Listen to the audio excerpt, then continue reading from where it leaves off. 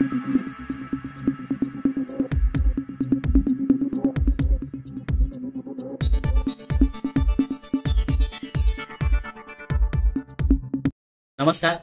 पाहूयात शेअर मार्केटमधील काही ताज्या घडामोडी.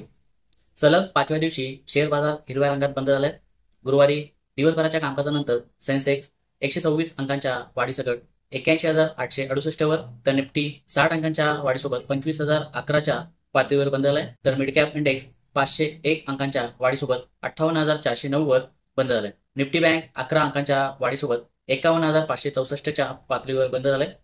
अदानी एंटरप्राइजेस आणि अदानी पोर्टच्या पहिल्या तिमाहीच्या निकालानंतर हा शेअर 1 ते 2% वाढीसकट बंद झालाय. कोल इंडियाचा शेअर चांगल्या निकालांच्या सोबत 2% वाढीसोबत बंद झालाय. राज्य आणि केंद्र सरकारकडून नोटीस मिळाल्यानंतर इन्फोसिसचा शेअर लाल रंगात बंद झालाय. दुसऱ्या तिमाही निकालानंतर झोमॅटोचा शेअर 2% वाढीसोबत बंद झालाय. जुलैच्या विक्रीच्या आकड्यांनंतर ऑटो स्टॉकवर निगेटिव्ह इम्पॅक्ट दिसून आलाय. टाटा मोटर्स आणि अशोक लेलँड 1% आणि 3%च्या घसरणीसह बंद झाले. फक्त बजाज ऑटोवर सकारात्मक परिणाम दिसून आलाय.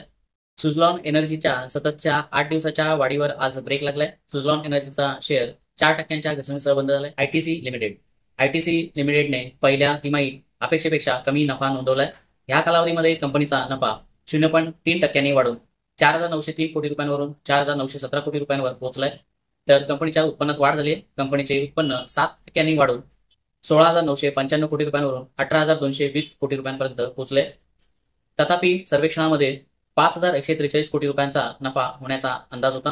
गुरुवारी आयटीसी लिमिटेडचा शेअर 0.43%च्या घसरणीसह 493.05 रुपयांच्या पातळीवर बंद झालाय.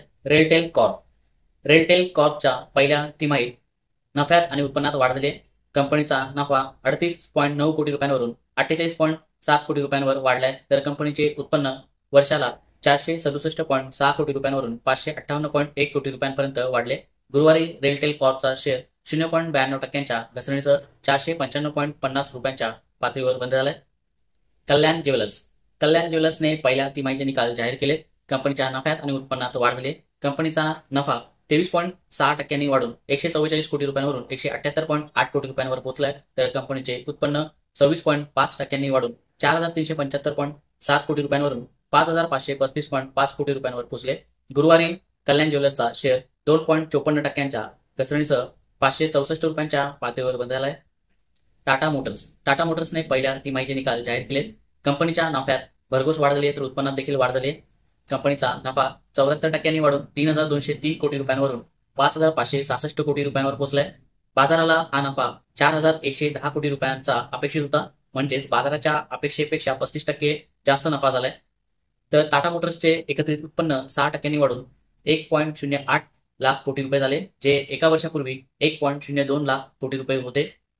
शुक्रवारी टाटा मोटर्सचा शेअर 1.21%च्या घसरणीसह 1,142.65 रुपयांच्या पातळीवर बंद झालाय. मारुती सुझुकीने जुलै 2024च्या विक्रीचे आकडे जाहीर केले.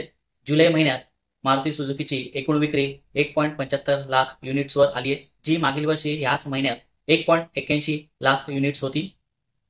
कंपनीच्या एकूण विक्रीतील ही घट 3.6% एवढी आहे.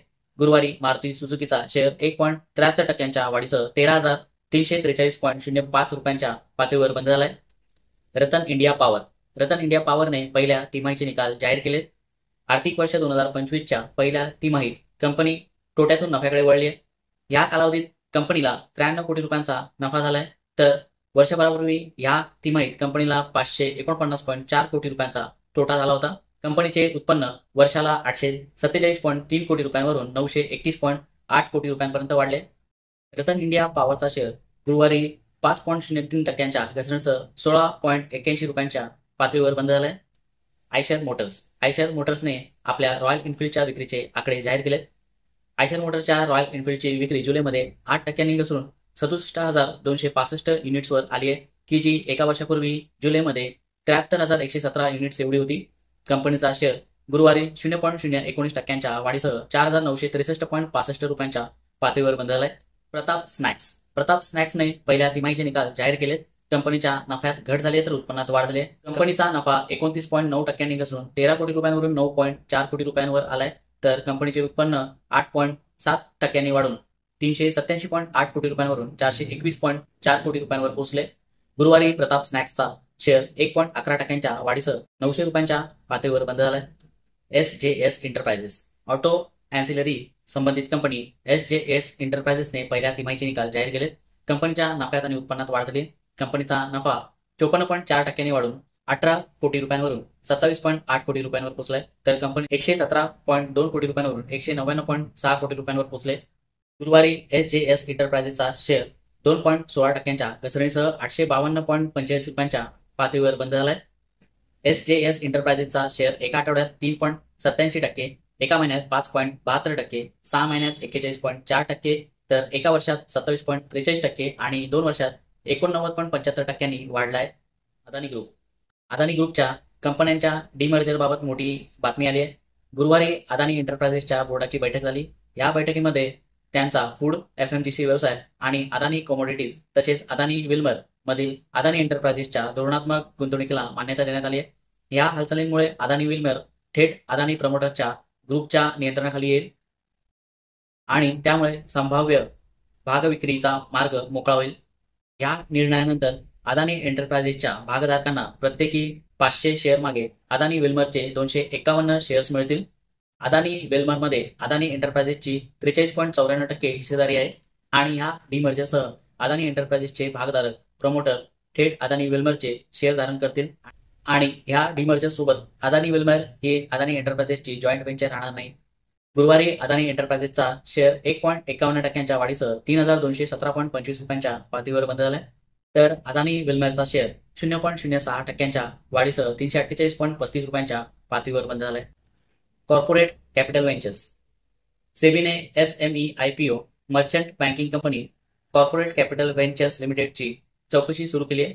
सेबीला एक निनावी तक्रार मिळाल्यानंतर सेबीने चौकशी सुरू केली आहे की ज्यामध्ये कुलभूषण पाराशर यांनी त्यांच्या नातेवाईकांमार्फत कंपन्यांचे शेअर सार्वजनिक करण्याआधी म्हणजेच पब्लिक करण्याआधी खरेदी केल्याचा आरोप करण्यात आलाय. सेबीने कॉर्पोरेट कॅपिटल व्हेंचर्सच्या तपासणीचे आदेश दिले आणि ऑगस्ट 2022 ते जून 2024 या कालावधीतील कंपनीच्या आणि तिच्या संचालकांच्या ऑपरेशन्स आणि ऍक्टिव्हिटीजची तपासणी केली. या कालावधीमध्ये कॉर्पोरेट कॅपिटल व्हेंचर्सने 6 SME IPO Oriana power, Annapurna delicious, Dronacharya aerial innovations, crayons advertising, creative graphic solutions India आणि रॉकिंग डील्स सर्क्युलर इकॉनॉमीसाठी मर्चंट बँकर म्हणून काम केले आहे. तपास पूर्ण झाल्यानंतर सेबीने 23 जुलै रोजी फर्मला आणि तिच्या संचालकांना नोटीस पाठवली आहे. दरम्यान सेबीला मिळालेल्या एका निनावी तक्रारीनुसार कुलभूषण पाराशर यांच्या नातेवाईकांना खाजगी प्लेसमेंटच्या आधारे ओरियाना पॉवर्सचे 25,000 इक्विटी शेअर्स आणि 25,000 बोनस शेअर्सचे वाटप करण्यात आले होते.